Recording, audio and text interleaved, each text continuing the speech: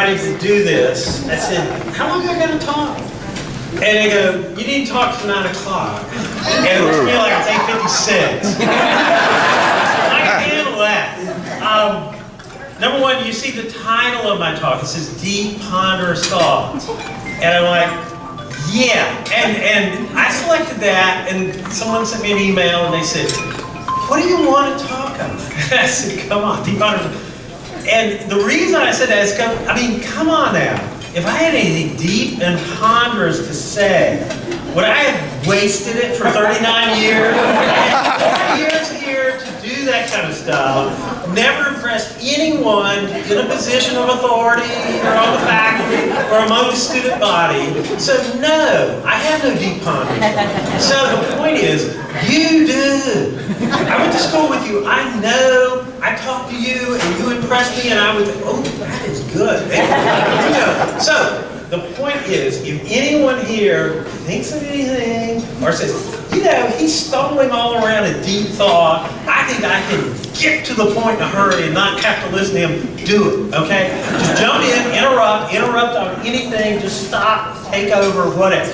That's it. That's it. Now, first of all, a couple of things. Robbie Hutchinson. All that, you can say, man, what is, you know, the money, the service, you know, all this stuff. Robbie's greatest service to maybe Davidson College, but certainly our class, was 10 years ago. Where is he, Robbie? I gotta look at him. There he is. You were there, remember? We were meeting in one of these meet houses out on Main Street. And the college sends this young fellow there to help us plan our reunion. And I don't know where they got this guy, right? He's a nice fella and all this kind of stuff. But I guess he moonlighted like working for the Temperance League and the Mothers Against Drunk Driving and a couple other places. Because we were sort of, and this was a great group, it was a good group of our, you know, women, men, just everybody all together and agreed with one thing, and that was that every waking moment there needed to be some sort of alcohol present to enjoy, or at least have the potential to look at and think about it. And it was funny, so this guy's there, and like we're talking, well, sure, we're getting together at 6:30 in the morning to watch the soul test or all this, but why do we have this and that? And he's like, you know, I'm here, and some of the other classes have talked about this, and in particular, some of the women in those classes, and he's looking around, there are a lot of women, obviously a lot of women in our group, and so he says, you know, we've got the issue of nursing mothers and pregnant classmates. So, some people think maybe that alcohol is not a good thing. Well, this is 2002. And one of the women, I don't remember who it was, but she deserves a Nobel Prize, steps up and goes, you know, it's 2002. I'm looking around, there are no nursing mothers here. There are no pregnant women here.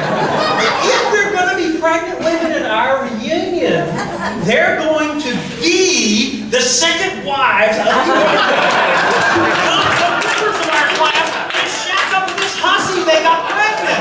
So they get drunk and the baby suffers as a result. They got it coming to them.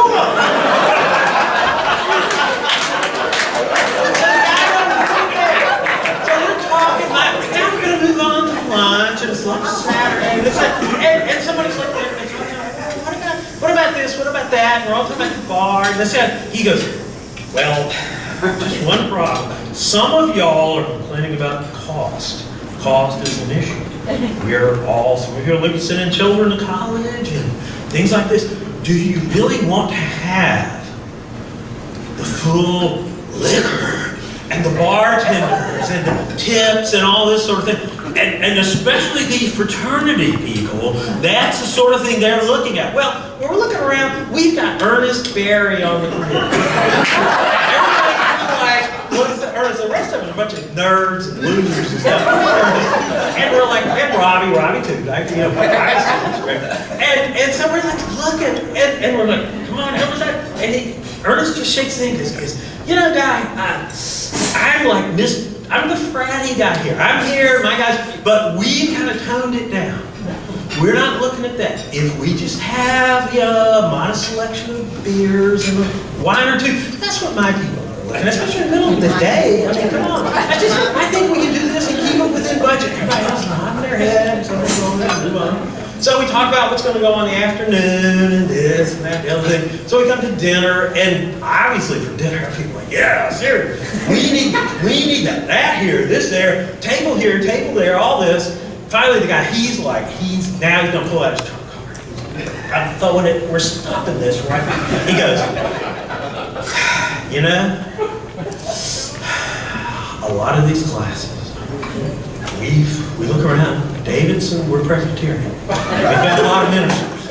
A lot of these ministers come to us in the alumni office and they go, more deep down, I have difficulty subsidizing alcohol use and sometimes abuse of my classmates. And do I, as a Presbyterian minister or someone as well, do I need to be paying this kind of money to subsidize these people who are going to be doing this? And I just want you all to think about it before you make your classmates commit to this very long debauchery. And we're all like, and I did, Robbie just comes in because he goes, yeah, look at this committee. We don't have any ministers here. No, we're not saying anything. He goes, we're going the way we planned it. So, 10 years ago, we all had a good time. We all enjoyed it. Everybody was here. This time, we're having a good time. I think we've beaten back whoever it was, that kind of the 20s. So we are here, and that was Robbie, that was all Robbie.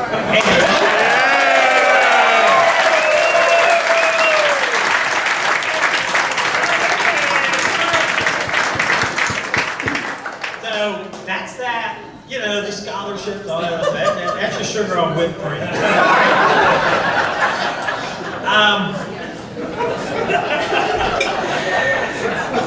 We got some other stuff to talk about here. This is important, and it kind of relates to the bar and the thing. And those of you, believe me, I'm the last guy who's been doing this.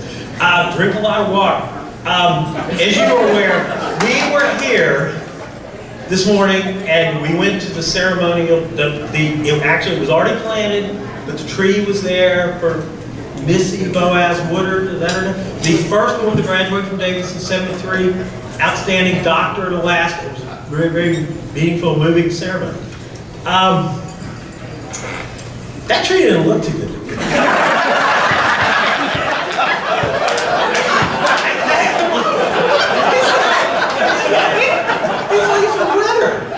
This is like, what is this? And it's 80-something degrees. It's 11 o'clock in the morning. I didn't see anybody there with hoses. I always had these trucks come up and it said non-potable water.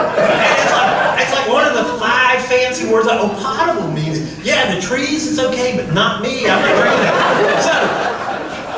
So, let's get ready. Class of 77 men. The women, they participated. It was very emotional for them. We're more prepared.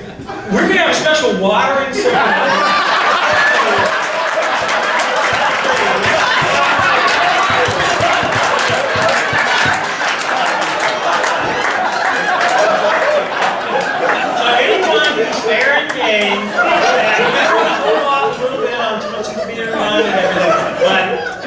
I know our class. I remember I was out in various parts of this lawn late at night when we used to do some.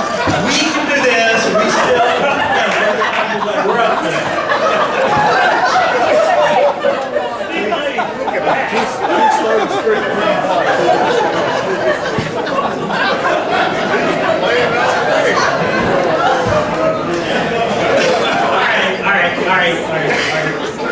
I'm just about done, and the rest of you are going to have to start talking, or we're going to have to go somewhere and drink somewhere else. Here we go.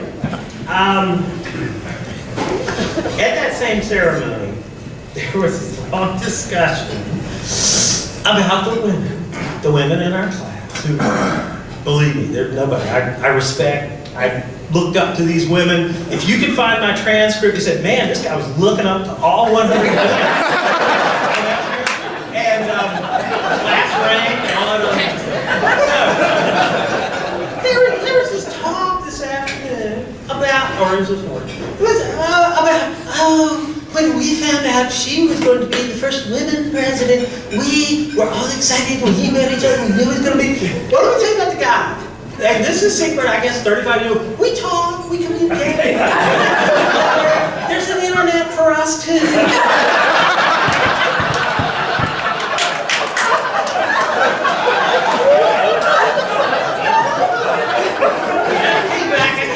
I do miserable, horrible, depressing stuff all morning at like court. I come back and then I read funny emails and stuff. And I get this email and be like, alert, alert! Davidson's new president been selected. And he's like, it's a non-alum. It's a woman.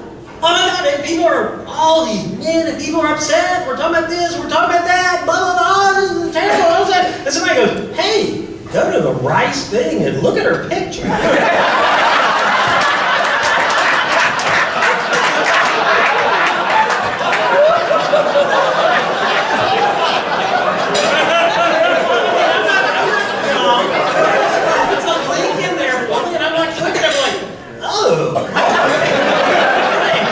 And she's a winner too! So like there's a little bit of talk between us back and forth. We're like, all right, let's get the story straight. Everybody, so nobody's wife can go back door and so it's like, okay, we're okay with this. Everybody's fine, and we're gonna give the women credit for this, and then we're all fine.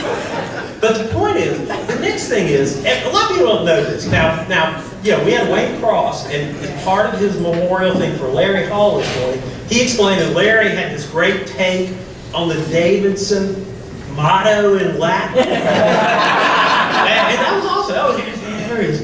And people don't know. I mean, people like my grandmother, she knew Latin, but nobody else does. So, Harvard, you've got to have a motto in English. Because let's just face it, people aren't going to do it. They're not going to know what it means. You've got to get in there. And it's, people, it's not like it's got 300 years of history, so you can change these things to respond to these. It's not like Harvard. Anybody know what Harvard's English motto is now? Okay. It's 144 Supreme Court justices, 12 presidents, 68 Rhodes Scholars, and 1 Unabomber still means we're coming out ahead.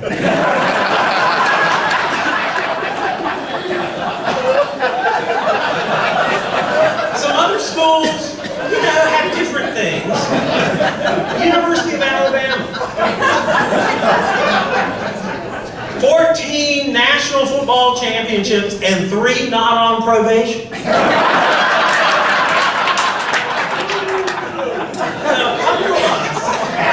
Back and forth, we waited until Dr. Quillen was inaugurated, made sure it was official and all this. And we checked, and we got some patent trademark attorneys to work with us on this. And Davidson's new English motto, and all of you go forth and tell, especially if you're trying, it's especially be effective with fathers of prospective students. It's Davidson College. Our president is hotter than yours.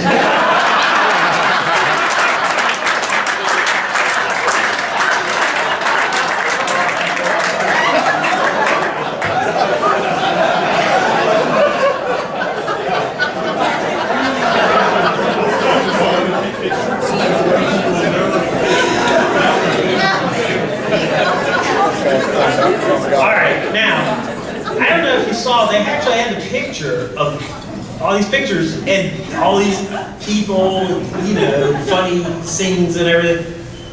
My hall, nobody. Well, I mean, Tony, if Tony's in it, yes, Tony was on my freshman hall. The rest of us, no. We were just losers. These pictures were taken of us, they had been destroyed, whatever. But somebody screwed up, and it's because we weren't on our hall. There was this picture of these guys sitting on this stoop of Richards, and I was in there with a pillow, and I was wearing this hat. And people, you gotta look at this hat. You go, where did Alan get this hat? My mother made it. 39 years ago, my mom takes all my leftover blue jeans, straps everything, makes me this hat, and sends me off to college. It's like hands to me, like it's become a family heritage. Mom, I'm supposed to wear this? She goes, yeah, I see people wearing them on TV. I said, did you notice anything about the people wearing them on TV? And to see Starsky and Hutch in existence, so I can allude to, whoever's got Honey Bear. Anyway, but I work at and the point is that my mom gave me and things, my mom still lives in the same house. I live in the same bedroom, little books and things are all there. And the point is, she bugs me all. How should you get your crap out of here? I can sell this way and move out sometime. What the heck am I going to do? So I looked in there recently, and I found this. And you go, what's this? Guilford College. Everybody said Guilford College. So I'm looking, and I said, ooh, this is good. This is what I want. Back in 1976, that's great. Doesn't have the date on. Anyway, all right. Wayne was there. Nikki was there. Jay, probably Overstreet. We played Guilford College. Yes, we did. Anybody know the score? 69-12. Oh no! I'm gonna hit you. Who said that? Guilford College. We played them. 27. Yes! We won! Before that, we played Hampton City. And we won that one 20-14. We won 2 weeks in a row. The program. The program's there somewhere. I just got to dig it out, but I'll find that. But this is like their sports information guys, right up before the game. These are our stats. For the Jimmy Nichols. I wish Jim Nichols were here. He was on our freshman hall. Jim Nichols played football and baseball for Davidson. Going into that game, he had an interception with a return for 27 yards. Jim Nichols, by the way, he was also Phi Beta Kappa. And then we've got the starting lineups. We've got Mike Harris, Jay Copel, Nicky Guy. Let's do over the defense. Paul Andrews. Anyway, so this has been clogging up my mom's house. 36 years. I don't need it anymore. I can give it to these guys.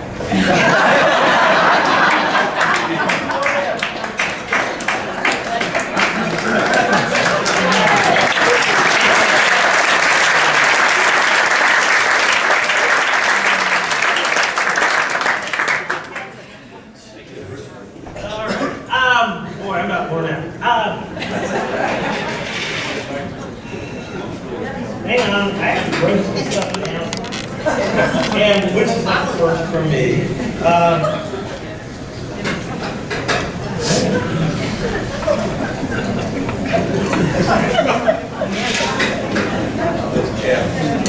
That's it.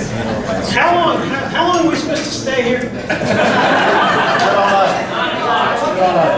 Yeah, all right. One of the great things, the best thing, and this is kind of from a strange source. Anybody see that, everyone sees the great speech Jim Valvano gave, on the ESPN Awards shortly before he passed away.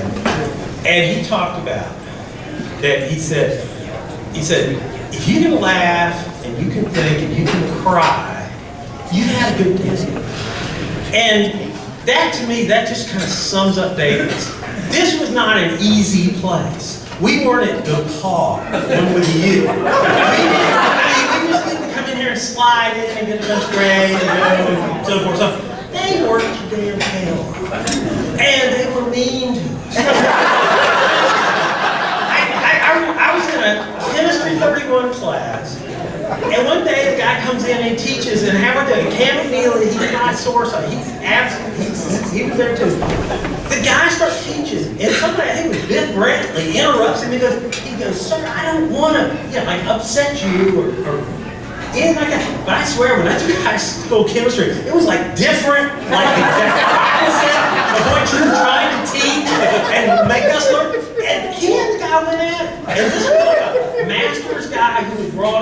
replace Dr. Gable because Dr. Gable got sick.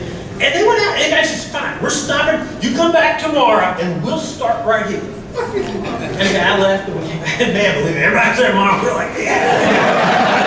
And we walked in there, and he goes, okay, everybody remember where we were? Yeah. He gets to the erasers. And he starts like, he was right, I was wrong, let's go over. And he just starts reteaching the crap. So, the only thing I remember about that class, Butch was my lab partner, and we messed up a lot of experiments. The other thing that was so good was, the guy taught the semester before, the fall, this was winter my freshman year, we were taking it. Fall, he came and taught. The lowest grade this guy gave was a C+. The lowest! Everybody got a C+. I was like, hell yeah, I'm taking that guy. That GPA. So we're in there. He is kicking butt. I mean, I'm taking these tests. I'm getting these horrible grades, taking tests, getting horrible grades. And I'm like, I'm scared to death. I'm like, I'm going to fail this thing. So, it's like 3 or 4 days before the exam, the classes are over, and I remember I'm like maybe finishing up the last exam after, getting a fire extinguisher and putting out whatever we did. And I'm walking out. And you know how they did the grades by some kind of number, but they were alphabetical.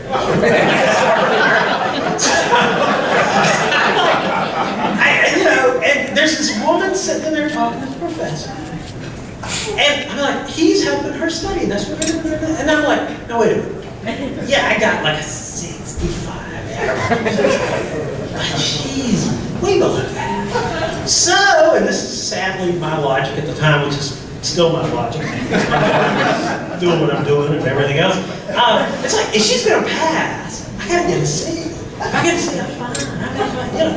So I walk out of there and I'm like, I'm doing well. I study, I get in there. We get the exam. No, I get the damn D. She gets less than a D. And it was hard. You could go to class every day. You could do the work. You could fail. People don't think about that. We could, it's like, we're going to go to McDonald's. Where are we going to go to McDonald's? Oh, we get the car. We can ride to Statesville. Or no, we don't know. We ride to Concord. There were 2 camps. It was like, you're like arguing slavery versus anti-slavery. Concord versus Statesville. We go to McDonald's. Hey, there were women in our class. Yeah, there were women in our class. Sure, there were. All around here. And then I get this email. Somebody sends me an email this week showing this announcement thing. It was like our freshman year about all these women were complaining. They didn't have dates for midwinters. Anybody? Nobody. No, see, nobody's going to admit, I didn't know they were midnight. And it's like, oh, come on, guys. You want a co-education. Why don't you ask the girls out? It's like, do you think it's that easy? You know the guys you're dealing with. 100 guys in Richardson dorm. You're going to have to spoon feed us. First of all, we need a list of the women. Number 2, we need the women with dates and the women without dates. Number 3, you gotta break it down a little better. There are women that have dates, but they might be willing to accept an upset bid. The women that have dates might accept an upset bid, and who has asked them out? Hey, come on now, because he looks at, oh, come on, that guy. Hell yeah, I'm gonna ask that girl out because I'm better than you. And you gotta remember, this is freshman year at Davidson. None of us had a car, especially not Richardson. We had Cleet Clancy on our hall. Incredible guy. Does anybody know what Cleet's dad did? Freddie, you might know him? What did he do? I mean, the financial advisor. He did. Cleet's dad, freshman year, we're sitting there, he was in ads in the Wall Street Journal. He was like on TV ads because his name was Robert Clancy, and he looked just like Cleets. It was scary. I mean, this guy's from Princeton, New Jersey. His dad's on Washington. He didn't have a car. It was a rule. Richardson door. Only Jim Walker was allowed to have a car. So here we are. It's like, what are we gonna do? Well, I'm picking up in the room. And one thing about the upset bid deal, it would really work. It'd be smart. It's like, so what's he doing with you? Well, we're going to go to Richardson. Hey, I can do that. We're going to Rust. You come with me. All kinds of stuff. We'll go to the dance. We'll walk back fact, if we don't go to your door, we can go to Richard's afterwards and enjoy banana pudding. So, I mean, that's what you're talking about. This freshman group, we had a car, you couldn't get gas. Back about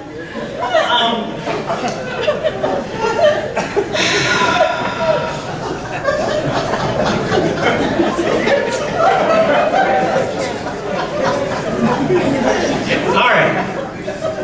What do you think? I like his hat. You know, there are two guys I got to talk about. And it's comical. This morning I woke up and I looked at the Charlotte paper. I got a piece of paper down there. And, wrong one. And there was this great article about a federal judge, Court of Appeals judge in D.C., I think, Davidson. Just the same as the dorm up here, but pronounced different. And I'm like, man, this, you know, there is a God. He intervenes. One day, when we were here, and at Bob Westmoreland and I were sitting in the lounge or something, and Michael Boris Morris, the guy that Butch told us about, comes running in, all like, and he goes, you guys, you're available to go here and speak? And we go, yeah, we're available for anything. We're not studying, we're not in class. And he goes, good, follow me. So we followed him. He goes, it seems that he was involved in Young Republicans, and they had invited this guy to come and speak from Charlotte. And unfortunately, between the left hand and right hand, nobody publicized this. So this man, distinguished person, is coming to speak at Davidson, and nobody knows about it. So we followed Boris to Fire U-Haul, one of those places. And we go in this little room, and sure enough, he's there, Boris is there, I'm there, Bob's there. And we sit in one of those rooms that got like 50 chairs, and we're like, this doesn't look good. No, hopefully it'll get a little more crowded when they go. So sure enough, some guy who's like met Judge Centelli comes in with it. Well, Judge Centelli had been elected in '72 to the district court bench in North Carolina. He was a Republican, first Republican elected since Reconstruction and all this other guy. And he's sitting there looking at four of us. That's bad enough already. And fortunately, we have Boris, we have Bobby, they're pretty Republican. I assume the other guy is. I'm just going to keep my mouth shut. And as they're talking, and he just said something about resources, and Bob raises his hand. Oh, yes, sir. He goes, what do you mean by resources? He said, well, more money for the judges. He said, what do you mean? I said, Clark said, you're talking about something else. He said, well, me, I want a raise. He goes, sure you do. Bob Westmore and this guy started just going back and forth, yelling at each other in a room with like 3 other people. And you're like, Bob, this is nice.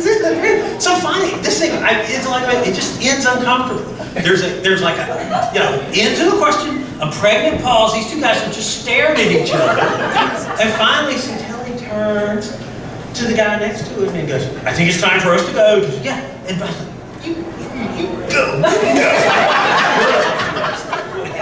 And they look, and I remember Boris turning to us and go, oh, that's an influential man, Bob. If he had parking tickets, we might have been, the traffic ticket, we could have gotten them fixed.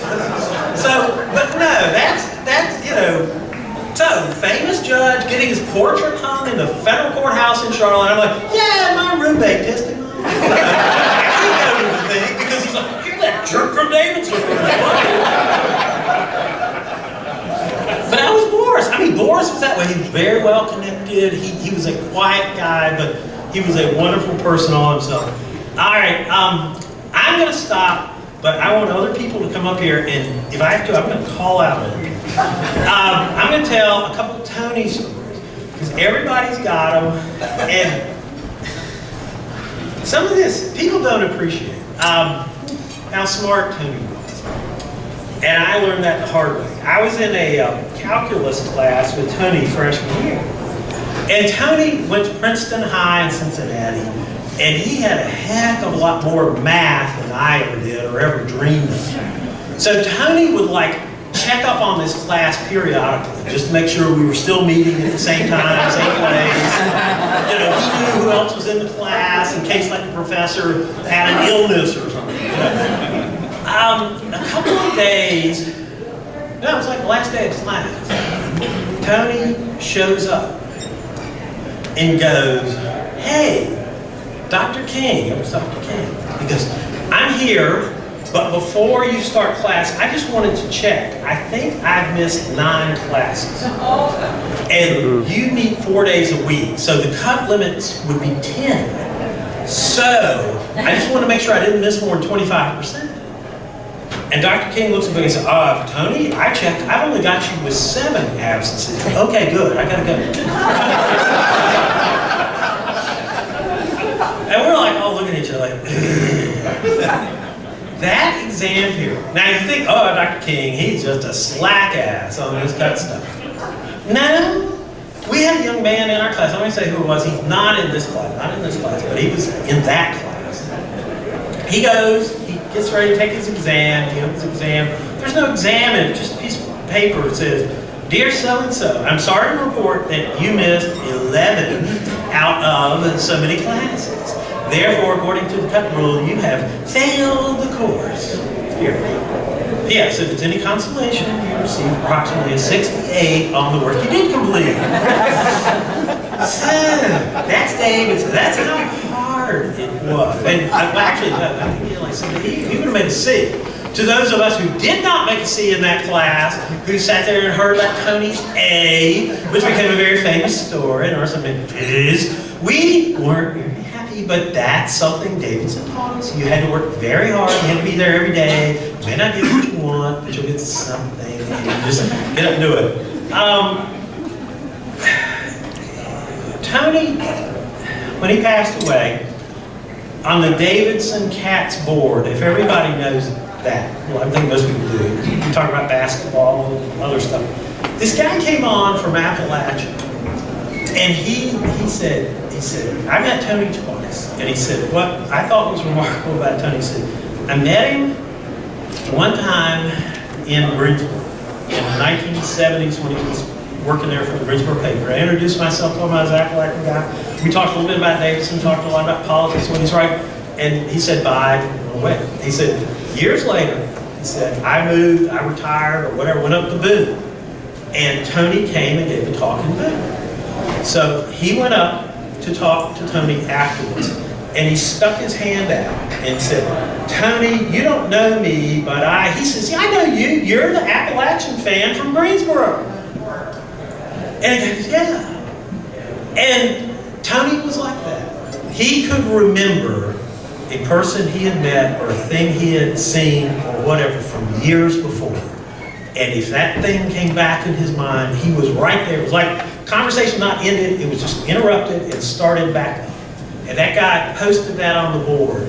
And it reminded me of a story. I have an aunt that lived in California. And she lived in Palm Springs. And from the day it started, Tony's column was in the Palm Springs Journal or whatever paper it was in 92, 93, after he left the Bush White House. And she read his thing, and she always told her buddies, and her husband was an FBI agent. They tons of them out there in Palm Springs, retired FBI agent wives. And she said, "Oh, I know that guy. I met him. He my cousin, my nephew, that guy, went to school with him." So sure enough, we went. Tony went to Palm Springs to give a speech one time. And the local paper announced it, and she and all her buddies signed up and got in the front. And they were sitting right there. And Tony talked, and he has questions. And she raised her hand, and she said, "Tony, I met you at my nephew's wedding." And he goes, "Oh yeah, I know you. You're Alan's aunt." And blah, blah, blah. And he did. She said, "Yeah, I met him. I talked to him for 2 minutes." And she didn't say my name. She didn't say anything. He knew who she was. He remembered I had an aunt in Palm Springs. He could do that kind of stuff. And, that's the kind of guy we had. The last snow story I have to tell happened here in our 97 reunion. And he gave a talk. It was Friday afternoon in the old Union at the place. And I had this friend at work, who grew up in Charlotte, went to Davidson basketball camp, and didn't go here as a kid. But he loved Tony, knew Tony, and he and his dad were big Tony fans. And one time he came up to me, he goes, "You went to Davidson?" I go, "Yeah." He said, "No, Tony's not school." "Yeah." I knew Tony, "Oh, well, I knew Tony." "Yeah, he was well." And he goes, "Oh, well, good." So here it comes up, this thing in 97. And he goes, "Tony's supposed to be speaking at Davidson. Could I go with that to you and with you to that?" And I go, "Well, yeah." And I started thinking, I go, how's Tony gonna know? You know, I haven't seen him in years. I've got old, fat, and gray. And he still looks beautiful because I see him every Sunday morning on TV. And he's so smart and witty and all. So I was sitting there thinking, I'm like, this could be a problem. But I told the guy, I said, you drive to campus, park here, I'll meet you there, and we'll walk in, I'll get you into the thing. So we got anything, we're standing there. And Tony gets through his talk, and a bunch of people, you know, around our class go up and start shaking his hand, and he turns to me and he goes, "Alan, good to see you." And I'm like, "Oh yeah." And my friend's like, "Oh, he does know Alan." And I said, "I want you to meet my friend so-and-so." And my friend shakes his hand and all that stuff. And then we're standing there talking for a minute, and they go, "All y'all need to go. The class of 77 is going over to that new building across the street with all the art in it and all that stuff." And of course, we had to go there for the reception. So a whole bunch of us got in a group, and we started walking across the campus, going to the thing, and we're talking. And all of a sudden we look by, and Tony's not with us anymore. And we're like, "Where'd he go? Where'd he go?" And we look, and he's walking with my friend off in a totally different direction, walking to my friend's car. You know, and we chased him. I said, "Tony, you're supposed to," "Oh, I'm sorry, I didn't know he wasn't going with us." And we said, "Oh, no." So we walk over there, we get to the reception, and, you know, we're in there with Tony, and Tony's like, comes up to me like, goes, "Where's your friend?" And I go, "Well, he's not here, he's not in the class, he needs to be here. Why isn't he here?" And that's just part of what I want to say about Tony. He appreciated all of us, people that had been through what he'd been through, people that sat in those same classes, took the same tests, and all the other things. But he was also willing to push it out, meet new people, and find new people that shared, you know, what we think of as our ideals, a thirst for knowledge and learning and whatever else, and expand it. So, I mean, that's kind of what he did. That's all the good things I can say at this point. You see, I wrote all this stuff down, and it's done. I didn't go on the back. So, it's 9:30. I've overstayed my welcome. I worn it out. So, let's see, anything else in here? Dennis? Butch, what was your laundry number? 21. That was mine. That was our softball jersey. Sophomore, 88. 88, that's a good number. I mean, Little League drives 88. And the good thing was my mother put it on everything I had for years. It's not on here, strangely enough. But anyway, that's my talk. That's my take. Anybody got anything else to say? Please do come up here. I think the women deserve a chance for a rebuttal to some of the things I said. I think the women deserve to tell them not to go out there and have the watering ceremony. Number two, one last thing I do have to say. I wasn't an English major, but I read the portrait. I didn't read what I'm talking about. I saw it like a made-for-TV movie. Portrait of Dorian Gray, Oscar Wilde. Everybody, shake your heads, because everybody's going to act like, yeah, I know it, even if you don't know it. But the person next to you does, so you can talk about, where's Jordan Clark? Jordan! He was like an Englishman. I mean, this is getting scary here. It was 15 years ago. I made a comment. I said, you know, you think, oh, at some point in time, he gets old, he's going to get gray, you know. No, he's still looking like that. There's a way to look at it. Somewhere, go find your Wildcat handbook, maybe, and look at this thing. Oh my God, it looks terrible. It's somewhere that guy his age. It's not here. Maybe back in their house somewhere, hidden in a bedroom. But Portrait of Dorian Gray, that's my literal thing. Dr. Abbott might appreciate that. But anyway, that's it. That's all I can do.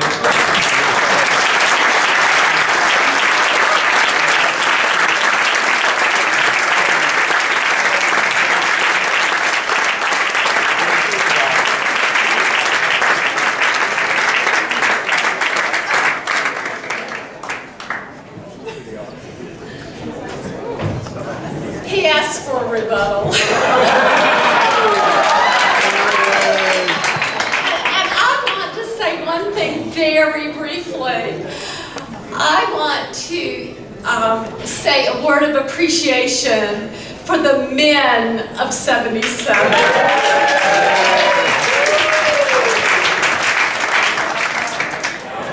I want the men of 77 to know that yes, the women of 77 know that there were men in the class of 77. And we are a very close-knit group, as Becca said this morning at the memorial service, and as Alan so beautifully reiterated tonight. But every time we gather, we talk about the fact that we just happen to be in the right place at the right time. And it was the men of 77 that allowed us to be the women of 77. And I think that we want you to know that we are so aware of the fact that it is the men and the women of 77 that make our class the most wonderful class of 77 that it is.